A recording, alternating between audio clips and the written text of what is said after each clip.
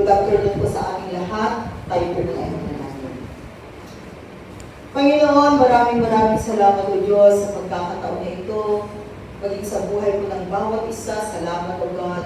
At patuloy na pinagkakatipon-tipon mo ang iyong anak upang ikaw ay papurihan at upang mapakinggan ka sa pagkakataon na ito. Kaya dalangin po Diyos, patuloy na buksan mo ang espiritual na pag-unawa ng isang anak.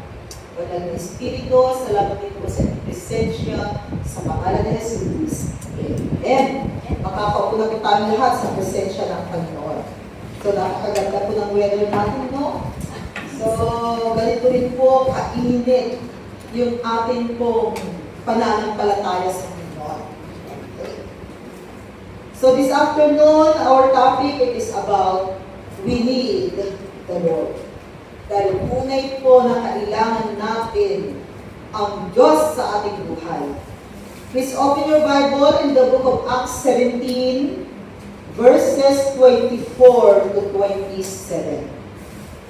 Okay, sabi po yan sa ating text, in Acts 17, verses 24 to 27, the God who made the world and everything in it is the Lord of heaven and earth, and does not live in temples built by hands. So, alam po natin na sa mundo ito, di ba? Yan, tinatawag na maraming mga churches at ang paniniwala ng tao pag sila ay pumunta sa isang church, nandun ang Diyos. Pero hindi nila alam na sabi dito sa kanyang salita, no? Ang Diyos does not live in temples built by hands. Okay? Sabi niya sa verse 25, and He is not served by human hands as if He needed anything, because He Himself gives all men life and breath and everything else. Katulad po ng Diyos ng inyong mga amo. O, di ba binibigyan ninyo ng inumin everyday? May nagbibigay ng tsa. May nagbibigay ng prutas. O, di ba? One way na siniserve nila. Kasi para sa kanilang Diyos. Pero kung ating titingnan po, no, sabi nga niya diyan, hindi kailangan. Kasi siya yung nagbigay ng buhay. He needed anything because He Himself gives all men life and breath and everything else. And verse 26, sabi niya ulit dyan, from one man He made every nation of men, that they should inhabit the whole earth, and He determined the times set for them and the exact places where they should be. Katulad nating mga Pilipino, ginawa ni Lord tayo mga Pilipino, and then sa pagiging Pilipino natin, hindi lamang pala sa bansang Pilipinas tayo naka-stay, there is a time na pwede tayong dalhin ni Lord in different places. Kaya nga po yung pagpunta natin dito sa Hong Kong, pagtira natin dito sa Hong Kong, timetable na po ng Panginoon. Maraming nag-a-apply, pero hindi sila nakakarating, maraming napipeke. No? At may mga pinalad naman. At ang mga pinalad, nag-i-stay sila ng ilang dekada. Yung mga medyo hindi pinalad, no, ayan, nakailang buwan lang. And then, ayaw na nila. Kaya nga tuloy, minsan, ilang beses na nadetermine, ilang beses na pabalik-balik. But God is still open the door. Kasi kung talagang close na, kahit na anong gagawin natin, it is close. So, sabi diyan, He determined the time set for them and the exact places where they should live. Verse 27, God did this so that men would seek Him and perhaps reach out for Him and find Him, though He is not far from each one of us. Okay? Idagdag na natin ang verse 28. Kaya ba ninyong idagdag? Kasi sabi niya sa verse 28, kasi hanggang verse 27 lang.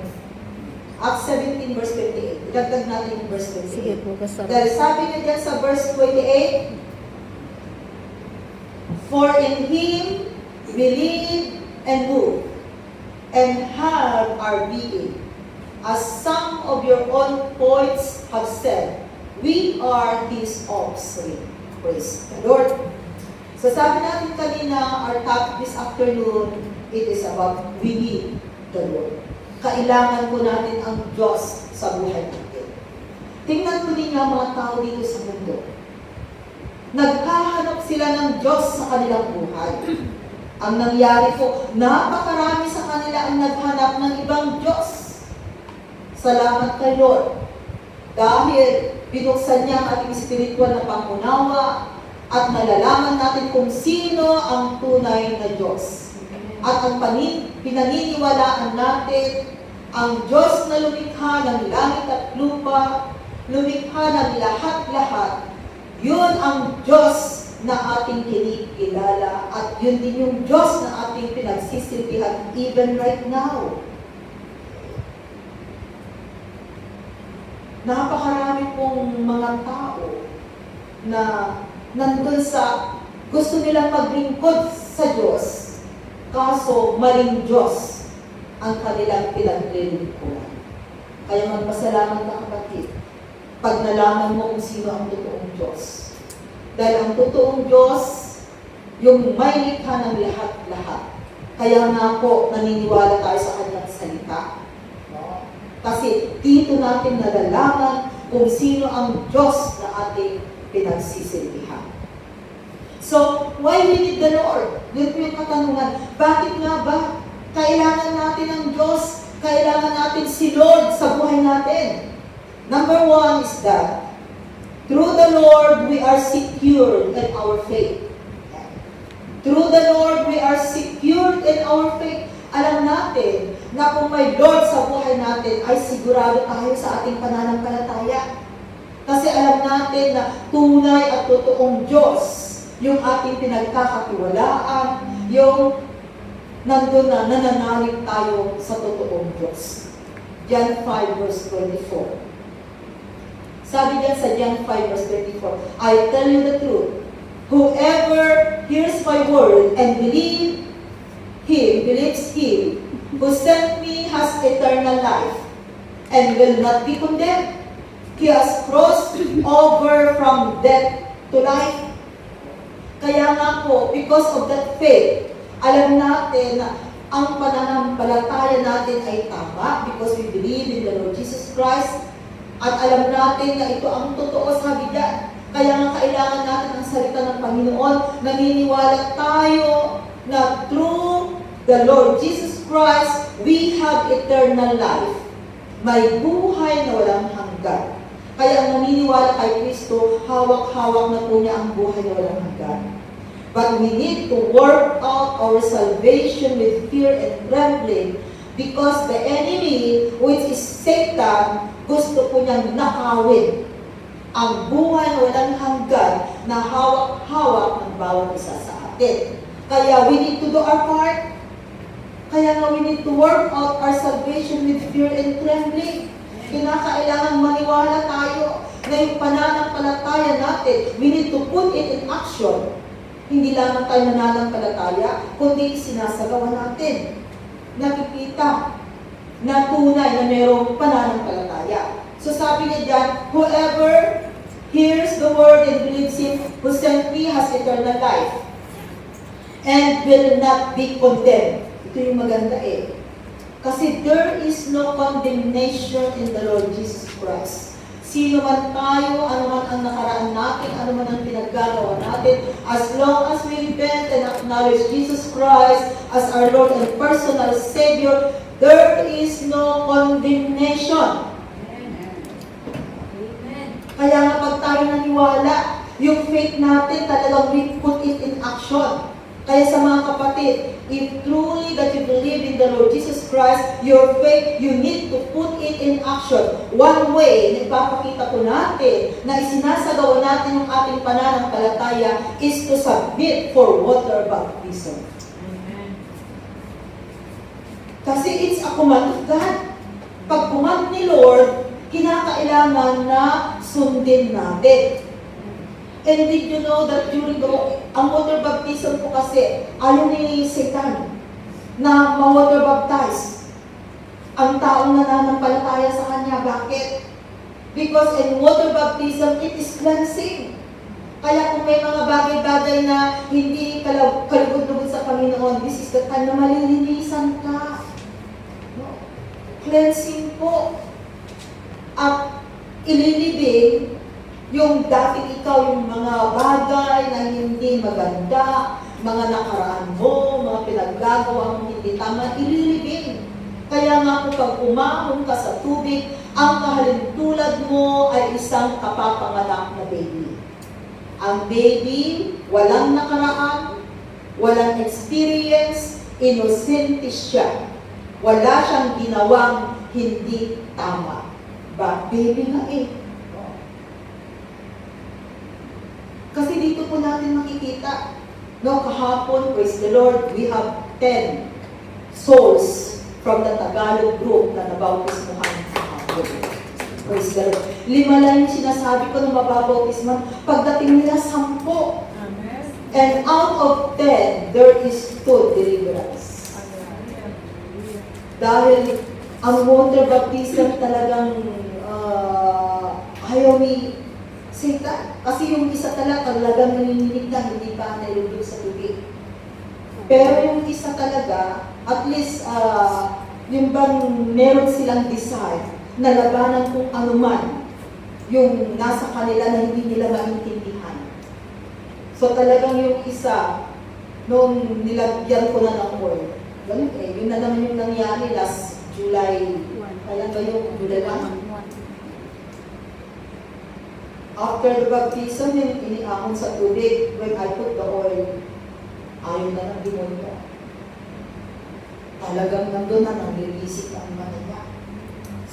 Tapos, pagtatawagin mo yung pangalan, sabi na, ganyan ang panasa. Tapos, ganyan, yung mata niya nanglilisik.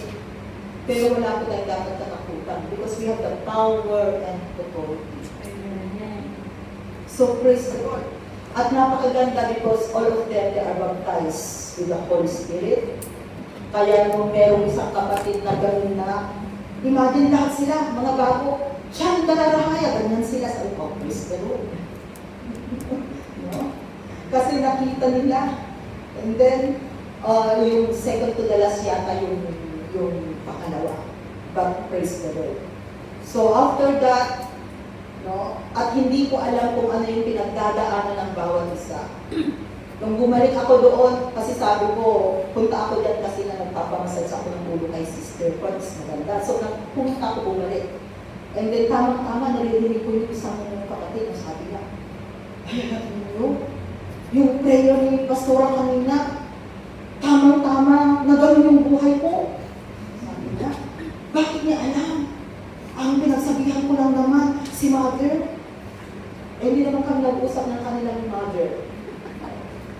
And then, bawat isa, and even for me, actually, I was also amazed yesterday. Sabi ko, Lord, thank you. Thank you for the wisdom and knowledge. Because actually, it seems na it is a prophetic prayer. Kasi iba-iba sila. Tamang-tama yung prayer. Yun bang, kasi lalo na yung second to the last na nabautismuhan, na talagang deliverance din. Hanggang talagang totally na she give up something.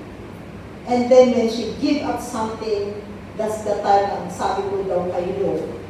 Siya nang nagpiprito, sabi ko daw, Lord, ayusin mo po ang buhay ng kapatid na ito. Kung ano man ang dapat tanggalin mo, Lord. And let that restoration, submission, and obedience be upon you. Doon siya nagmamawa. So, praise the Lord. Amen. Kaya alam po ninyo, very powerful ito. That's why, it's a command of God. As we obey, kasi nag-obey siya, they have that willingness. So, sinabihan namin sila kahapon, ang sabi ko, you are like a baby. And today is your spiritual birthday. No? Ang isang baby, wala siyang nakaraan, Kaya kung ano man ang nakaraan ninyo, ano man ang kasalanan ninyo noon, yan ay inilibing na. You are a new creation. The old has gone, the new has come. Amen. So, praise the Lord.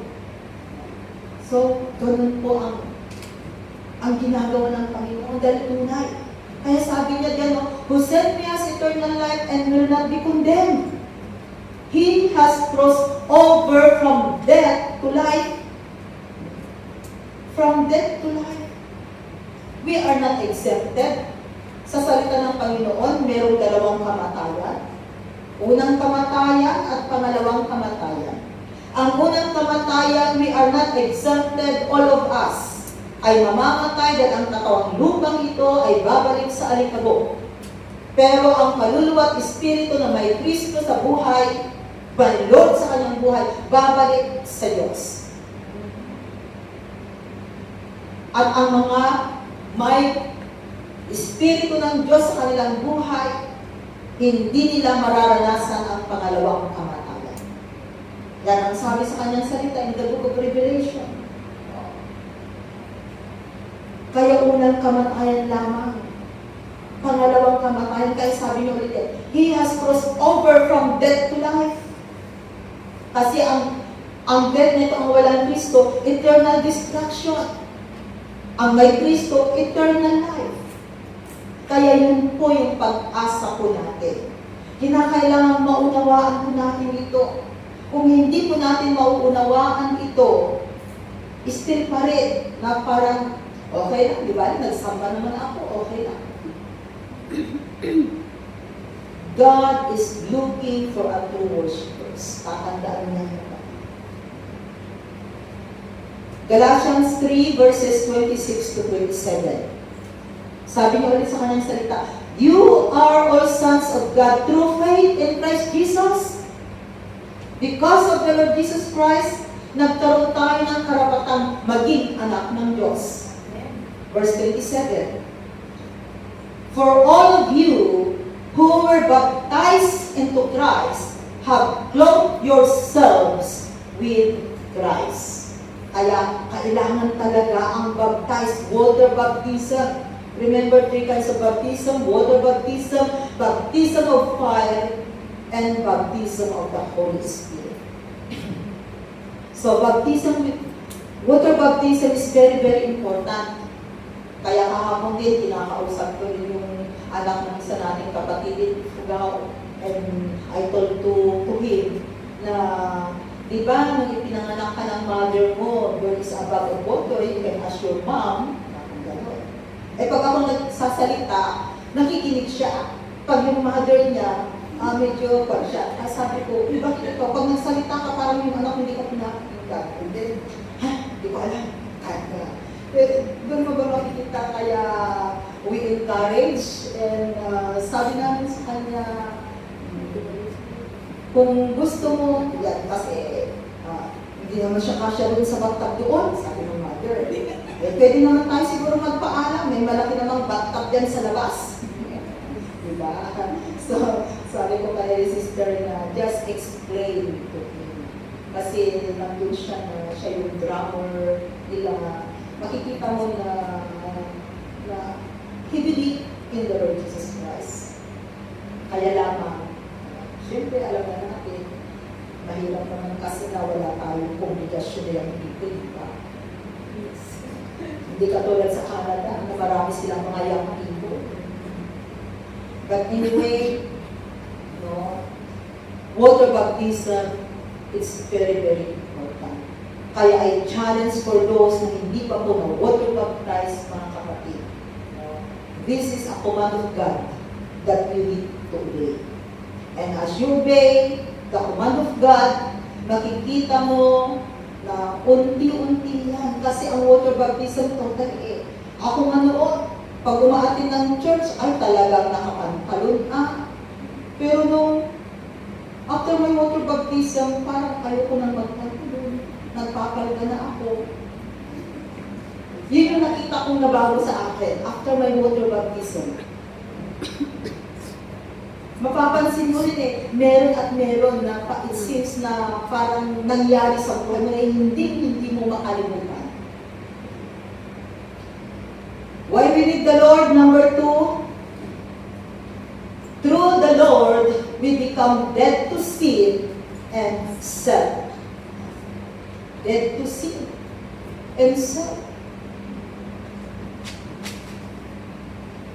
2 Corinthians 4, 7 to 11. Sabi niya sa kanyang salita, but we have this treasure in jars of clay to show that this all-surpassing power is from God and not from us. Next verse.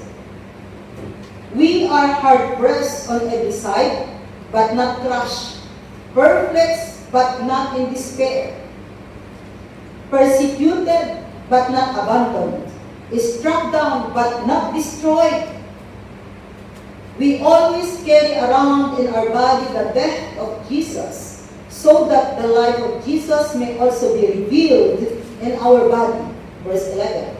For we who are alive are always being given over to death for Jesus' sake, so that His life may be revealed in our mortal body. So dito makikita po natin na napakaraming nangyayari sa buhay natin. Diba? Even right now na tayo na ay Kristiyano, we are not exempted from the testing, trials, problems of life. Anyway, Kristiyano ka o hindi, you still experience. Kasi kaparte na po ng buhay natin ang pagkakaroon ng testing, ng trials na nangyayari.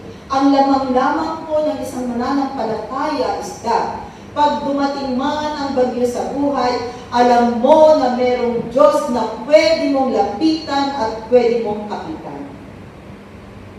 Kasi kung walang Diyos, anong mangyayari? Tingnan po ninyo ang mga Chinese.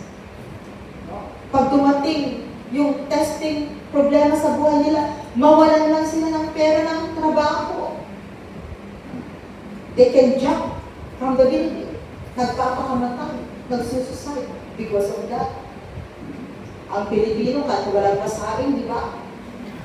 Nakangiti pa rin. Makikipagkwentuhan lang sa kapitbahay. Mamaya, uy, Mari, baka dati, bagas mo ka, pagulog ka man. Pag walang ulam ng Pilipino, at nakita na merong tanim na kamote yung kapitbahay, makikugot at manili kamote. Simple life. Pero dito, hindi mo yan makikita. Kaya kung tutuusin, naku, wag natin ipagpapalit yung pagiging Pilipino natin. Mas masayang di hamak ang buhay Pilipino. Yes. Okay. Romans 6 verse 11. Sabi niya sa Romans 6 verse 11, and the same way, count yourselves dead to sin, but alive to God and Christ Jesus. Yeah, dead to sin. Sabi niya, bakit? Because we have already the Spirit of God living in us. Kaya tingnan mo kapatid, pag gumagawa ka ng taliwas sa kagustuhan ng Panginoon, nagigilty ka. There is something na nagsasabi, sandali, parang iba yung ginagawa mo. Unless nasasabihin mo ulit kay Lord, Lord, forgive me, Lord. Cleanse me, O God, with your precious blood. And then mararamdaman na naman natin the cleansing power of the blood of Jesus. And it is by faith. Kaya makikita mo, hindi ka nakukonsensya, naaalis yung guilt. Dahil tunay na makapangyarihan ang dugo ni Kristo. And one more thing, remember na sabi naman ni Lord, hindi po niya tayo bibigyan ng temptation na hindi natin kaya. Kaya kung temptation yan, as we call in the name of the Lord, God will make a way. Remember, kung temptation lamang, hindi ka pa nagkakasala kapatid. Hindi ka pa nagkakasala, temptation lamang yan. Okay.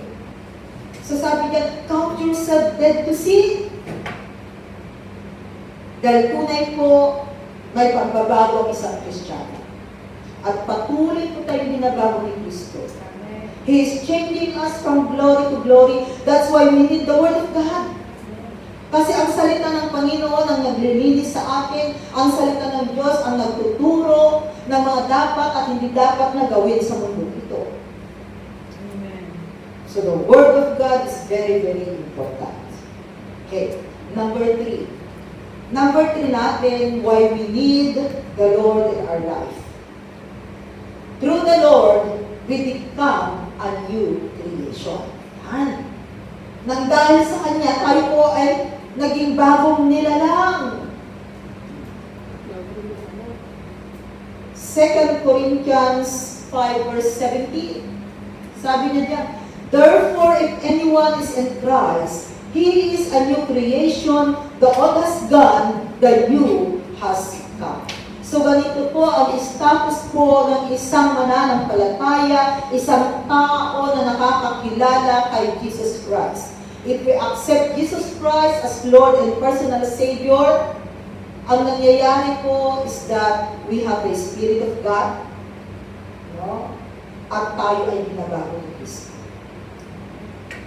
Si Nicodemus, hindi niya maintindihan. If you know the story of Nicodemus, kasi sabi ni Lord, unless a man is born again, you cannot see the kingdom of God. So sabi ni Nicodemus, paano ako may papanganak na muli? Oo nga naman, malaki na siya, di ba? Paano nga naman babalik sa sinapupunan ng nanay mo kung malaki ka na? And then, in-explain sa kanya, unless a man is born of water and Spirit, he cannot see the kingdom of God. Kaya kailangan talaga, babalik ulit tayo sa water baptism. Kaya nga kayong mga mother, nung nagsilang kayo ng inyong mga anak, there is a bag of water. And then lumabas ang anak ninyo. So whatever happens naturally, always have parallelism in spiritual things. Whatever you bind on earth will be bound in heaven, sabi sa kanyang salita. Parallel po yan.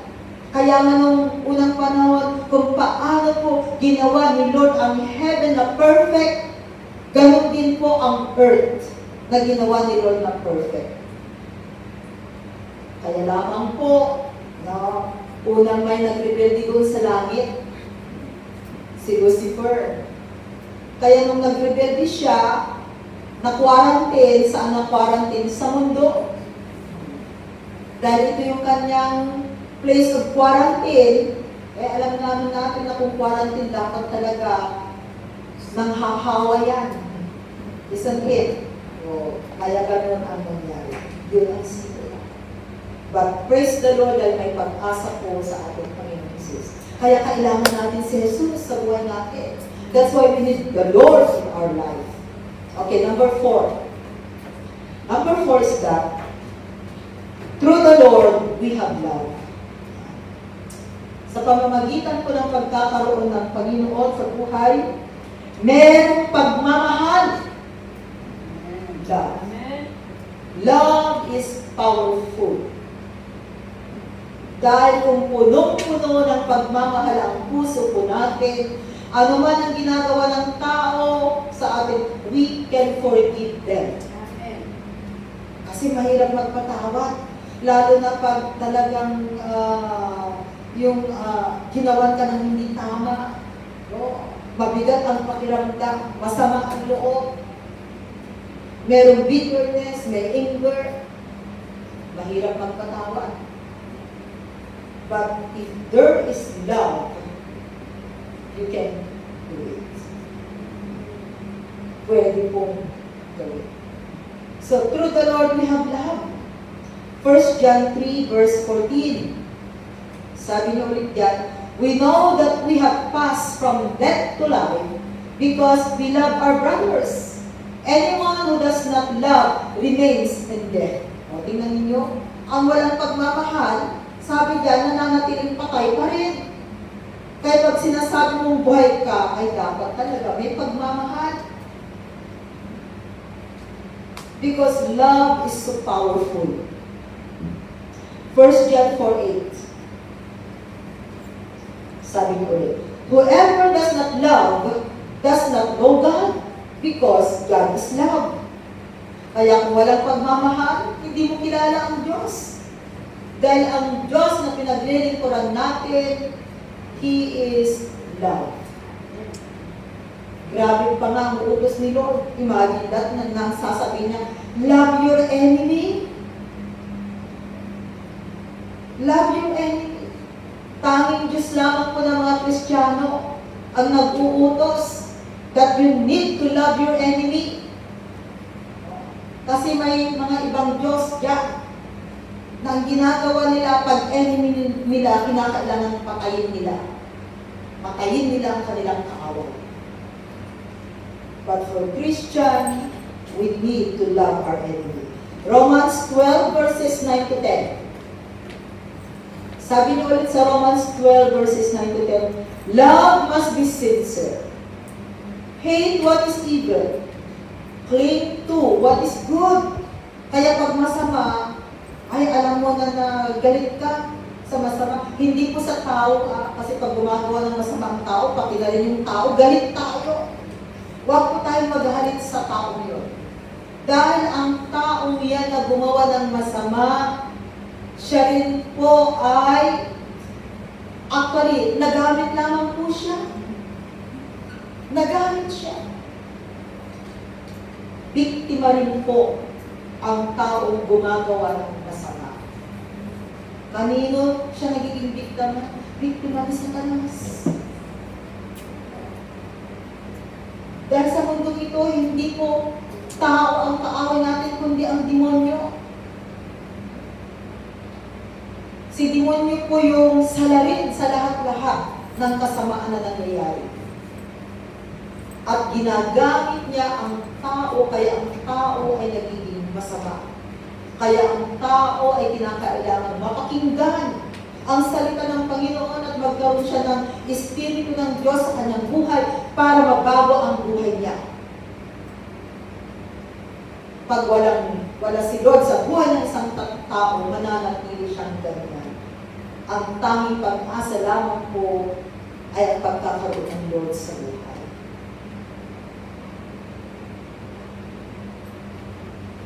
Verse 10, sabi niya, be devoted to one another and brotherly love. Honor one another above yourselves. Honor. Respect with one another. Okay. Number 5.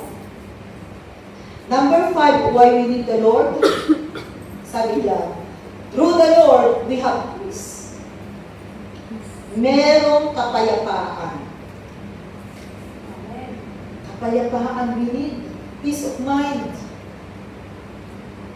Kasi alam po ninyo, pag yung puso po natin ay mayroong unforgiveness, mayroong sama ng loob, wala ka rin peace of mind. Isang it. So sabi diyan sa John 16 verse 33, as our supporting verse, John 16 verse 33. I have told you these things, so that in me you may have peace. In this world you will have trouble, but take heart, I have overcome the world.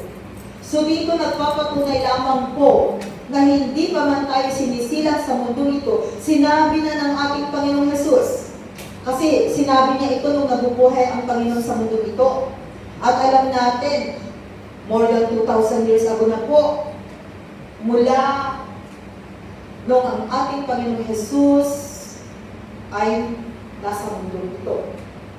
So sabi ng Panginoon, bago po siya umakyat sa langit, sabi niya, in this world you will have trouble. So it was prophesied already, sister. Sabihin niya sa katabi mo na talagang may problema ka. Gustuhin mo man o hindi, dumarating po ang testing, ang bagyo sa buhay natin. Okay? At kung may bagyo sa buhay, may testing sa buhay, you rather stay inside the house. Isn't it? Kasi kung lalabas ka, pwede kang mapahamak sa labas. And natural, pag bumabagyo at signal number 10 sa labas, wala nang lalabas sa atin. Kasi paglabas mo, baka madaganan kaya yung mga lumilipad. O di kaya maihangin ka. Kasi malakas yung signal number 10 dito So you rather stay inside. You are more safety. Ganon din po and spiritual. Kaya kung may bagyo sa buhay, gamor sana na lumapit tayo sa Panginoon. Amen. Hindi yung may testing ka na nga, lalayo ka pa sa Panginoon. Anong mangyayari sa'yo kung lalayo ka sa Panginoon? May bagyo na nga sa buhay mo. Di lalo ka lang mapapahamak. Samantalang if you're going to stay, there is safety. There is protection. Kaya yun yung tatandaan natin. Mapapahamak po tayo kung tayo ay lalayo sa presensya ng Panginoon. We rather stay. Ang pangako ni Lord, in this world you will have trouble, but take heart, sabi ni Lord, I have overcome the world. So yun po yung magandang balita. Because in spite na may mga testing, may mga trials na nangyayari sa buhay, kung tayo po ay may Lord, may Jesus sa buhay natin, we can overcome the world. Kaya nakikita mo, naririnig mo, ang nangyayari sa iyong kapaligiran. But for you, okay lang, may kapayapaan. Peaceful pa rin. Huwag na tayong lalayo, di ba, in our family, meron at merong problema sa pamilya, isang hindi nawawala. Within our own family, may pinagdadaanan ang pamilya po ng bawat isa sa atin. Pero in spite na may problema sa pamilya po ng bawat isa sa atin, we still have the peace that comes from the Lord. Isn't it? Nararamdaman pa rin natin na there is peace. Mapayapa pa rin. Nararamdaman pa rin po natin yung comfort ng Panginoon. Na parang sinasabi ni Lord na, don't worry, everything is okay. Yun po yung maganda doon na nagpapatunay lamang po. Through Him, through the Lord, we have peace. John 14, verse 27. Sabi ng Panginoon, peace I leave with you. Ibinigay na po ng Panginoon nung siya ay umakyat sa langit, 50 days after His resurrection, the day of Pentecost, the Lord Jesus Christ ascended to heaven and seated at the right hand of the Father God. Sabi ni Lord, peace I leave with you. Iniwanan na po ni Lord ang kapayapaan dito sa mundo. At ang kapayapaan na yan ay pwedeng tanggapin ng sino man na mayroong Kristo sa kanyang buhay. Kaya kung may Jesus na naghahari po sa buhay natin, kapatid, kasama na po ang kapayapaan. So, sabi niya, peace I leave with you, my peace I give you. I do not give to you as the world gives. So, ang kapayapaan na ito ay hindi ko ibinibigay sa mundo.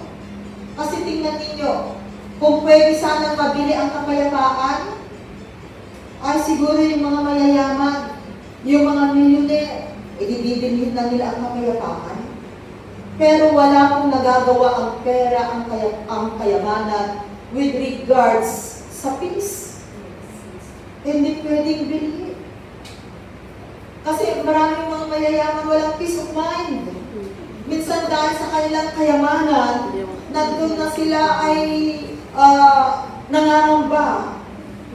Kasi baka mamaya, merong magnanakaw, napapasok sa kanila, papatayin sila, nang dahil sa kanilang pera, walang kapayapaan. Kaya minsan, maganda na rin yung tama, yung sabi sa salita ng Panginoon. Lord, wag mo akong gawing mahirap at wag din mo akong gawing mayaman. Katamtaman lang. No? Na namimit natin yung everyday na pangangailangan.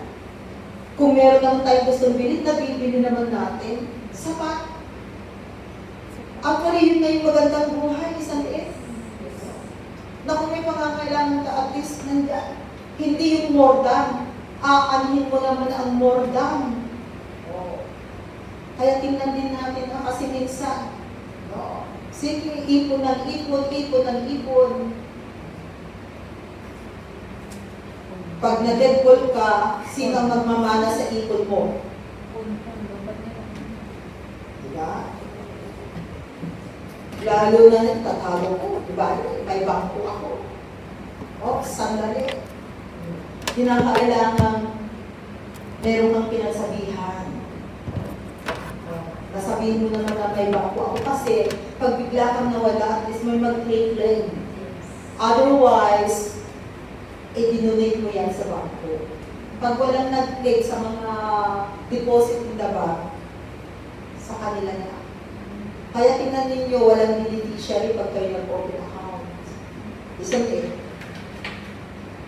Kasi pag nawala tayo sa mundo, pag i-claim nila yung mga savings natin, kinakailangan nagpapatunay na sila ay parents mo, asawa mo, kapatid mo, yan.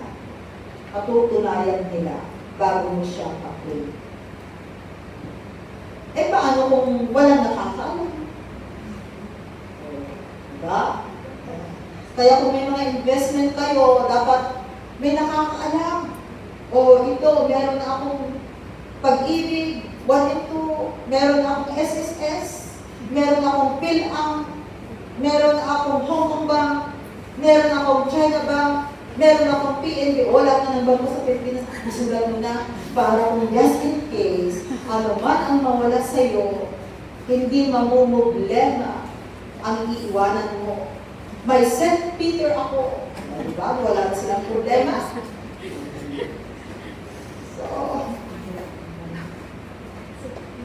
So do not let your hearts be troubled and do not be afraid. Yan po ang pangako po ng Panginoon. Kaya napakaganda pong maglingkod sa Kanya. Kasi hindi lang naman tayo tinawag ni Lord, kundi ibinigay na po niya ang pangangailangan natin para tayo po ay makapaglingkod sa Kanya ng buong puso. Okay, pangilan na. Number 6. Number 6 is that through the Lord, we have joy. Kanina, peace. Ito naman, we have joy. Kagalakan. Ito yung kagalakan na kahit walang ibinigay na pera sa'yo ngayon, hindi ka pinasweldo ni among mo, nakalimutan niya yung sweldo mo. No. Hindi man lang siya nag-i-increase ng sweldo, but still there is joy. Ang joy na ito ang nagpapatunay na may Kristong naghahari sa puso natin. Libre po ang kagalakan na ito. At natatanggap ito ng sino man na may Kristo sa kanyang buhay.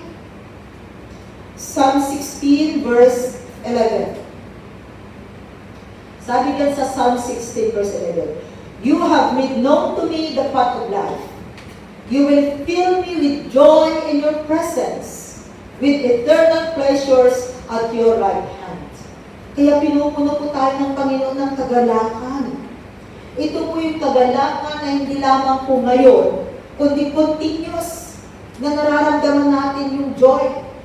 Kasi sa mundo, pag nag-celebrate ng birthday at may handa, tuwang-tuwang ang birthday celebrant, isn't it?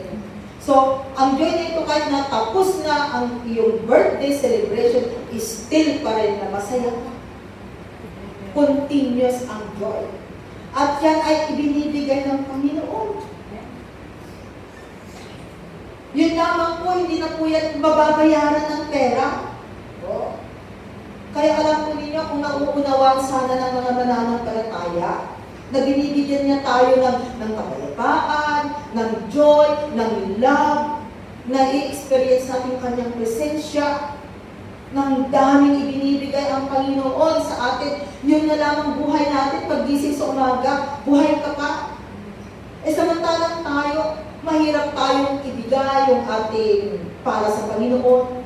Hindi natin maibigay yung sabi niya na test me on this.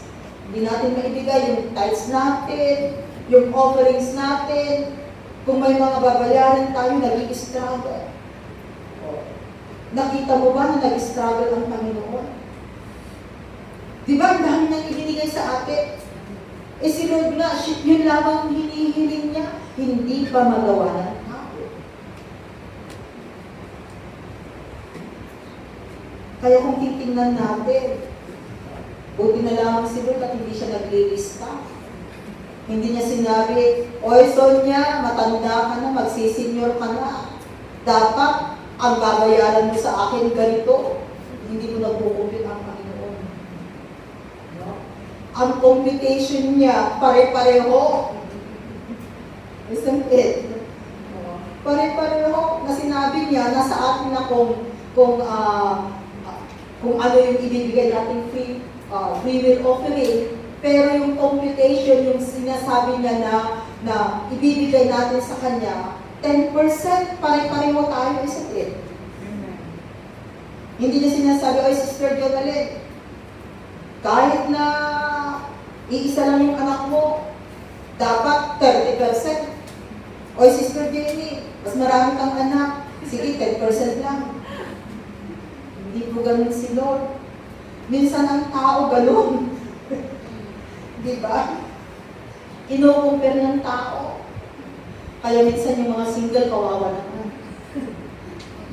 Pag may nanghihingi, buti ikaw single pa.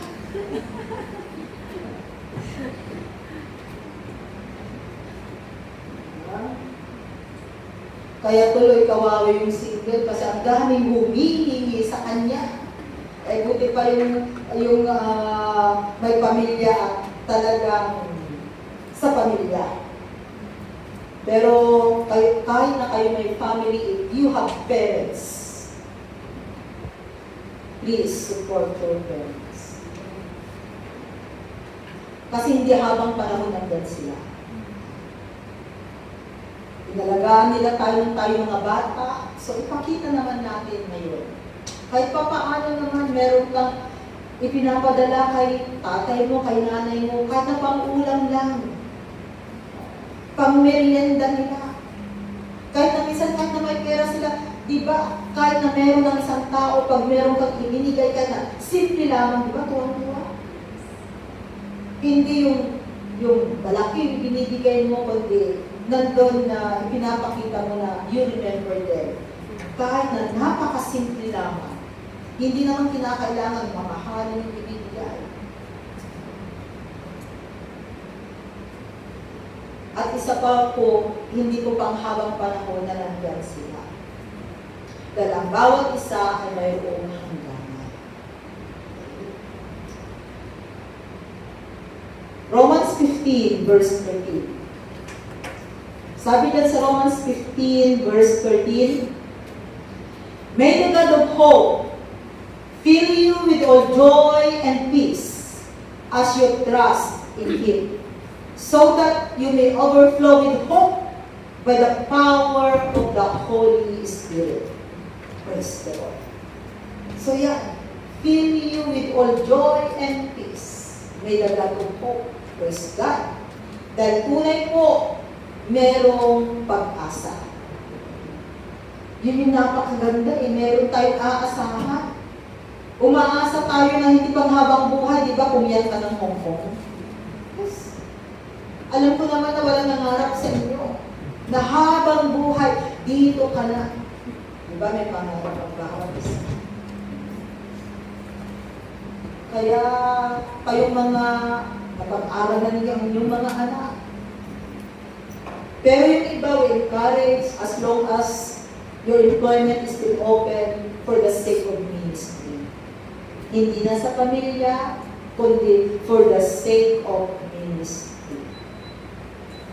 Kasi tingnan mo ninyo, dito, the more na mas nakakapag-service tayo, kasi pagdating mo sa Pilipinas, busy.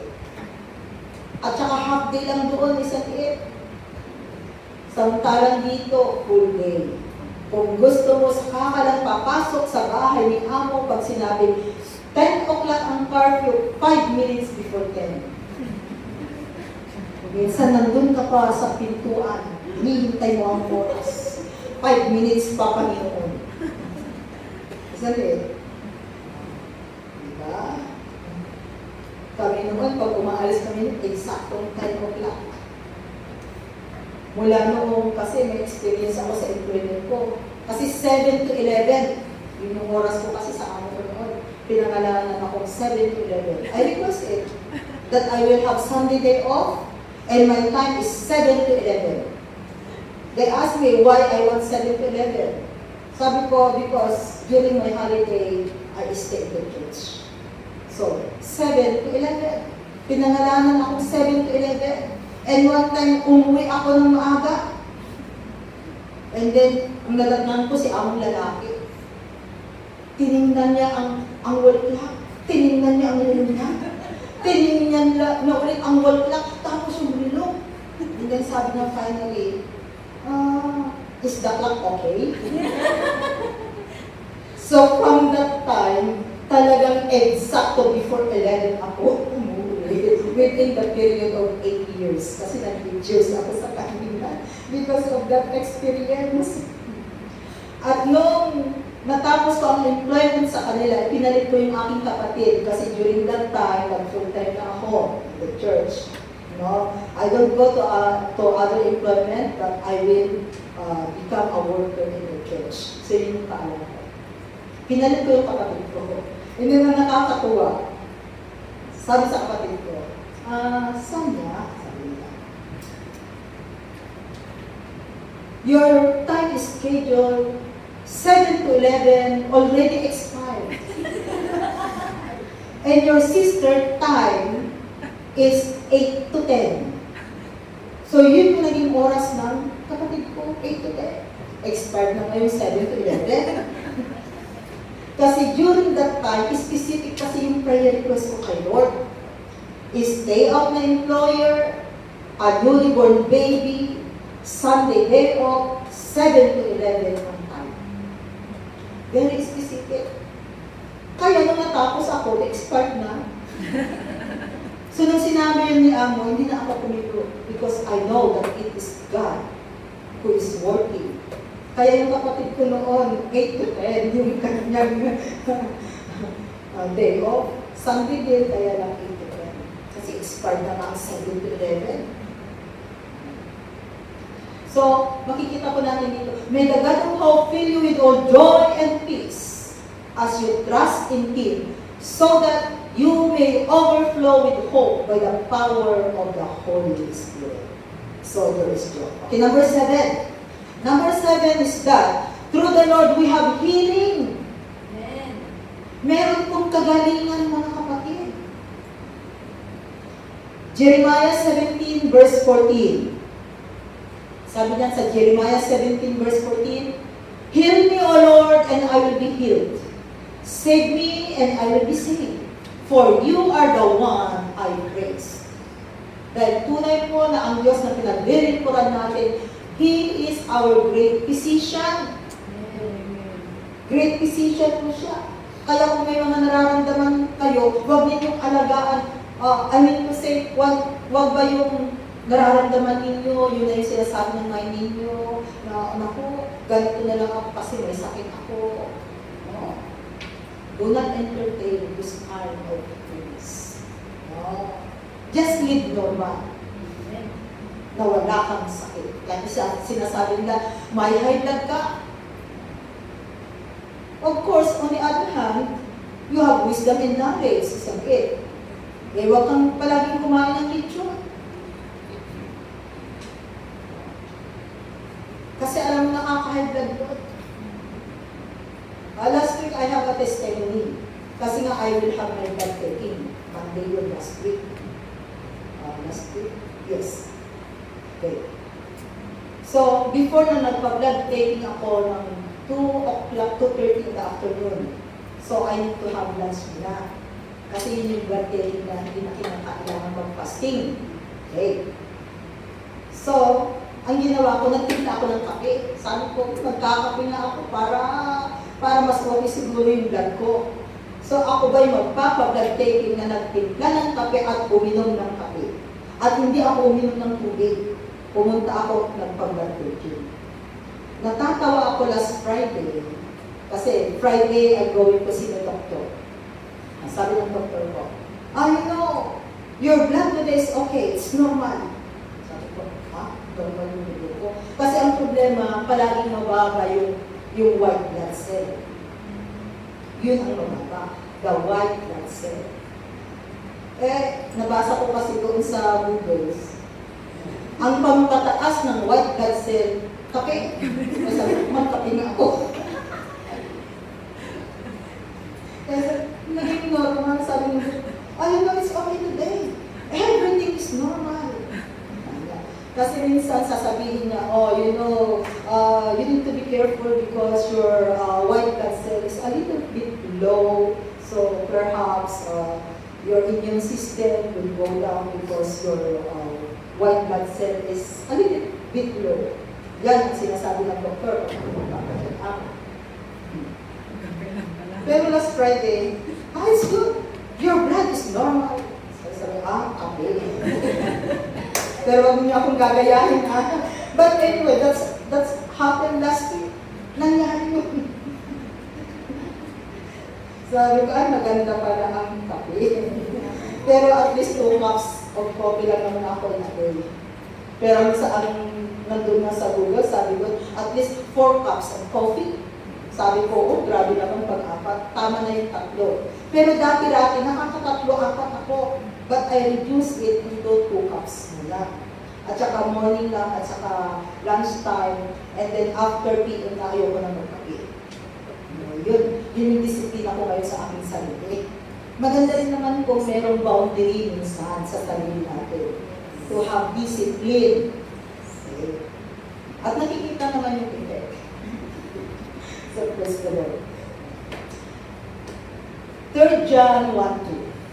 Sabi niya sa 3 John 1:2, Dear friend, I pray that you may enjoy good health and that all may go well with you, even as your soul is getting along well. Alam niyo kung mayroong magbo-birthday, ang verse na ito ang inyong ipa-birthday. Magandang sinasabi ang verse na ito pag may birthday. Kasi sinasabi mo sa kanya, I pray that you may enjoy good health and that all may go well with you, even as your soul is getting along well. Isn't it? Ang gandang verse. Hindi ka na maghahanap kung ano pa yung ite-text mo. And then sasabihin mo doon, happy birthday. Diba? Binigay mo pa yung verse. Revelation 21 verse 4. Sabi niya ulit yan. He will wipe every tear from their eyes. There will be no more death or mourning or crying or pain. For the old order of things has passed away. Ito po yung perfect life na makakamtan po natin pagdating ng takdang panahon. Kaya, okay lang mga kapatid, ano man ang sitwasyon, ano man ang nangyayari sa atin right now, meron tayong aasahan. There is a perfect life. Okay, number 8. Marami pala ito hanggang number 10. So, number 8 natin is that through the Lord we receive deliverance. Because of Him. Natanggap po natin ang deliverance. Actually, marami pong tinanggal sa atin ng Panginoon. Maraming na-deliver. Katulad ng hindi ka na nagsasalita ng masama ngayon. Noon, grabe. Ang bunganga mo noon, wala nang sinabi ko mga magagandang bulaklak na salita. Pero ngayon, talagang hindi mo na siya masabi. Isn't it? Kaya, you are delivered from that kind of klase ng pananalita. Kung dati masungit ka, ngayon nagiging mabait ka. Kung noon, may ugali ka na padabog, pag meron kang ayaw, magdadabog ka, pero ngayon natanggal. Kasi mga espiritu yan. Maraming espiritu ang natatanggal. So, delivered through Him, we receive deliverance. Hindi yung kinakailangan na may mag-cast out sa iyo. Kundi, it's one of us. Unti-unti yan. Kaya nga, God is changing us from glory to glory. May tinatanggal ang Panginoon. So, praise the Lord. Until we will come into perfection. Psalm 34 verse 17. Dan sabi niya, the righteous cry out, and the Lord hears them. He delivers them from all their troubles. Tunay nga. Just ask God. The righteous cry. Who are the righteous? You and me. We become righteous because of our relationship with the Lord Jesus Christ. Nagiging matuwid po tayo sa paningin ng Panginoon. At kung tayo po ay lalapit sa Kanya, mag-pray, mananalangin, ang sabi niya, sasagutin ni Lord ang ating mga panalangin. And He's going to deliver us. Ano ang klaseng troubles ang nangyayari sa buhay. 2 Peter 2:9 ba yun or 3:9? 2:9. If this is so, then the Lord knows how to rescue godly men from trials and to hold the unrighteous for the day of judgment while continuing their punishment. Kaya nga kapatid, continue to do good, to become righteous, kasi ang sabi dyan, God is able to rescue us if we will continue to become good, if we will continue to become righteous in His sight. Hindi po tayo pababayaan ng Panginoon. Okay, number 9. Number 9, through the Lord we have eternal life. Buhay na walang hanggan. At ito po yung inaasahan natin, buhay na walang hanggan. The heart of the Bible, ano po ang heart of the Bible? John 3:16. Sabi niya, for God so loved the world that He gave His one and only Son, that whoever believes in Him shall not perish, but have eternal life. Kaya sabi ko kanina mga kapatid, ang buhay na walang hanggan, eternal life, ay hawak-hawak na po ng bawat isa sa atin. At ang kaaway natin, si Satanas, ang nais po niya ay nakawin ang buhay na walang hanggan na yan, na hawak-hawak mo. Dahil ang trabaho niya ay to steal, kill, and destroy. Yan po ang job description ni Satan. Pero wala po tayong dapat ipangamba because God has given us power and authority. God has given us gift and fruit of the Holy Spirit na pwede po natin gamitin. No? Nandiyan isusuot natin the full armor of God. Ano pa yung mga gagamitin natin? Nandiyan yung cover with the blood of Jesus. Nandiyan na gagamitin natin yung pangalan ng ating Panginoong Jesus. So, napakarami pong ibinigay ang Panginoon na pwede natin gamitin instrumento para tayo po ay hindi maging talunan sa mundo ito. So, we need to exercise and to use the power and authority that God has given to each one of us. Kaya sabihin mo din sa katabi mo, may kapangyarihan ka. May kapangyarihan. Yes. May kapangyarihan tayo. If you have Jesus Christ in your life, and if you have the Spirit of God, may kapangyarihan, that is the Word of God. Yung you can lay hands on sick people and they will be healed. Isang it? Pwede kang magpalayas ng demonyo. Kaya nga yung sinasabi ko kanina na mga na-demons na talagang matalim ang mga mata, na akala mo, for me, I'm already familiar with that kind of spirit. Kaya pag nakita unforgiveness, angerness, hatred, bitterness, matama ang iba. Kasi isa-isa ang manifestation nila eh. Yan, yung mata niya na parang matalim, namumula. Ganun ang isa. And one more thing, they don't know what's happening to them. And then, sabi sa kanya, Uy, anong nangyari sa'yo kanina? Sabi nila doon, yun muna. Sabi niya, bakit? Ano ba nangyari sa akin? Nag-water baptize ako. Yun sabi niya, wala ka bang natatandaan na ginawa mo? Bakit may ginawa ba ako? And then tawa siya ng tawa, bakit may ginawa ba ako? Sabi niya, uy, hindi mo ba alam? Kaya sabi ko, huwag niya yung pakita yung video sa kanila. Kasi binidyo nila. So nung nakaalis sila, tinignan namin ang video. Eh talagang nanlilis yung kanyang mata. Capture na capture. Kasi, kaya hindi niya alam, kasi hindi siya yun. That's why she don't know na ganun pala ang nangyari. Na talagang iniirakan niya ako. Kaya tao sila tao, tinitingnan yung kita, tingnan mo, pastora, hindi yan kasi demonyo yan eh. Hindi siya yan.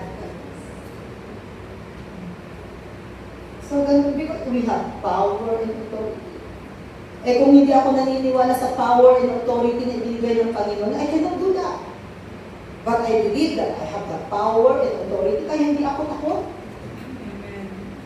Kaya lamang talaga naramdaman ko yung pagod kahapon. Naramdaman ko yung pagod, kaya after doon, nagdiretso na ako ng shelter kagabi at maaga ako magpahinga. Kasi yung sipon ko, kaninang magising ako kaninang umaga, it's good Lord, at least okay na naman yung boses. I have a lot of experience with regards to water baptism. Ang hindi ko makalimutan noon na i-follow 16 candidates for water baptism. First pa lang na water baptism, tumakbo na siya sa gitna ng dagat. Iba yung kanyang tinakbuhan. May mga bago pa naman doon yung mga mag-a-assist. Hinabol ko siya.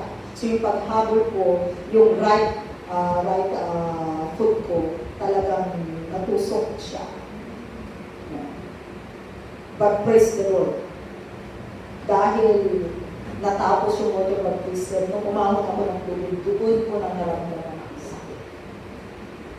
Una pa lang, talagang nandun na natusok na yung lupa. Kasi maalat yung tubig, so at least meron siyang may gamot na kasi maalat yung tubig eh. So, first the ang sitwasyon. But anyway, kaya sabi ko sa inyo mga kapatid, napakahalaga po yung water baptism. Okay, pangilan na tayo? 10. Ay, meron pang supporting version. John 17 verse 3. Sabi diyan sa John 17 verse 3, now this is eternal life, that they may know you, the only true God, and Jesus Christ, whom you have sent. The only true God, and Jesus Christ, whom you have sent. Na merong buhay walang hanggan. 1 John 5:11 to 13. Sabi diyan sa 1 John 5:11 to 13, and this is the testimony, God has given us eternal life, and this life is in His Son. Verse 12, he who has the Son has life, he who does not have the Son of God does not have life. Verse 13, I write these things to you who believe in the name of the Son of God, so that you may know that you have eternal life. Ang tanong, paano ngayon ang mga taong walang Jesus sa kanilang buhay? They don't have eternal life. Isn't it? Kaya walang magagawa ang tao. That's why we need the Lord in our life. Because without Him, we will not have eternal life. At ang pang-sampu natin, the last one, through the Lord we become victorious. Meron pong katagumpayanan sa ating Panginoong Jesus. 1 John 5:4-5. Sabi niya sa kanyang salita, for everyone born of God overcomes the world. This is the victory that has overcome the world, even our faith. Verse 5. Who is it that overcomes the world? Only he who believes that Jesus is the Son of God. Kaya kung naniniwala tayo na si Jesus, siya ang anak ng Diyos, kapatid, sabi diyan, mapapagtagumpayanan po natin ang mundong ito. Ang mundong ito na ating tinitirhan right now, grabe, isn't it? Tingnan lang natin ang ating kapaligiran, grabe po ang mga nangyayari. Buti pa noong hindi updated ang mga gadget, hindi natin nalalaman ngayon.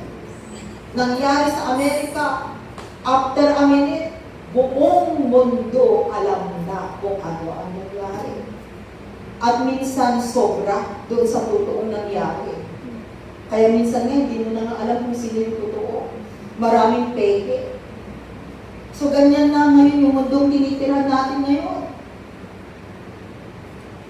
Anyway, sabi naman sa kanyang salita, ang mga mabuti ay magpapakabuti, at ang mga masasama ay lalo pang magiging masama. 1 Corinthians 15, verse 57. But thanks be to God, He gave us the victory through our Lord Jesus Christ. Kaya kapatid, may tagumpay po sa mundo ito. Kaya huwag mong sasabihin na, naku, ganito ang buhay ko. Kapatid, remember, there is victory in the Lord Jesus Christ. Kaya meron pong palasa. And our conclusion, John 14, verse 6. Dito po tayo magtatapos. Sabi po ng ating Panginoong Jesus, Jesus answered, I am the way and the truth and the life. No one comes to the Father except through me. Kaya tunay mga kapatid, kailangan po natin si Lord Jesus Christ sa ating buhay dahil siya lamang po ang tanging daan, ang tanging pag-asa, ang katotohanan, at ang buhay na walang hanggan. Kaya manatili po tayo sa Kanya, huwag po natin siyang iiwanan. Be sure na ang buhay mo kapatid, hanggang sa huling hininga ng buhay natin, kapartner natin at kasama natin si Jesus. At sure po tayo na ang buhay po natin ay magiging mapayapa, ang buhay po natin, makakamtan natin ang kanyang pangako. May naghihintay na napakagandang buhay sa bawat isa sa atin, na makakapiling natin ang Diyos na ating pinag-iipunan. Panginoon, salamat o God sa iyong salita, na tunay nga po o God, kailangan ka namin sa aming buhay. Dahil napakarami mo pong mga biyaya, Lord, na ibinibigay sa bawat isa. Every day in our life, O God, na kung kami po ay babangon sa umaga, O God, yun na lamang kung bagong hininga, bagong buhay, Lord. Panginoon, salamat, O God. At hindi lang yun, Panginoon, napakaraming pagpapala ang iyong ibinibigay sa bawat isa. Na maging sa oras ng aming mga testing, trial sa buhay, Lord, salamat. Dahil merong kapayapaan, merong kagalakan, nandiyan ang iyong pagmamahal, ang iyong presensya, Panginoon, na patuloy na nararanasan ng bawat isa. Kaya salamat, Panginoon, at pinili mo po ang bawat isa, tinawag mo po kami, Panginoon, binigyan mo po kami ng pagkakataon, Panginoon. Kaya patuloy ang God, managhari ka at kumilos sa buhay po ng bawat isa. Maraming salamat, O Diyos, at ignaban ko po sa iyo mataas na papuri sa pangalan ng Jesus. Amen.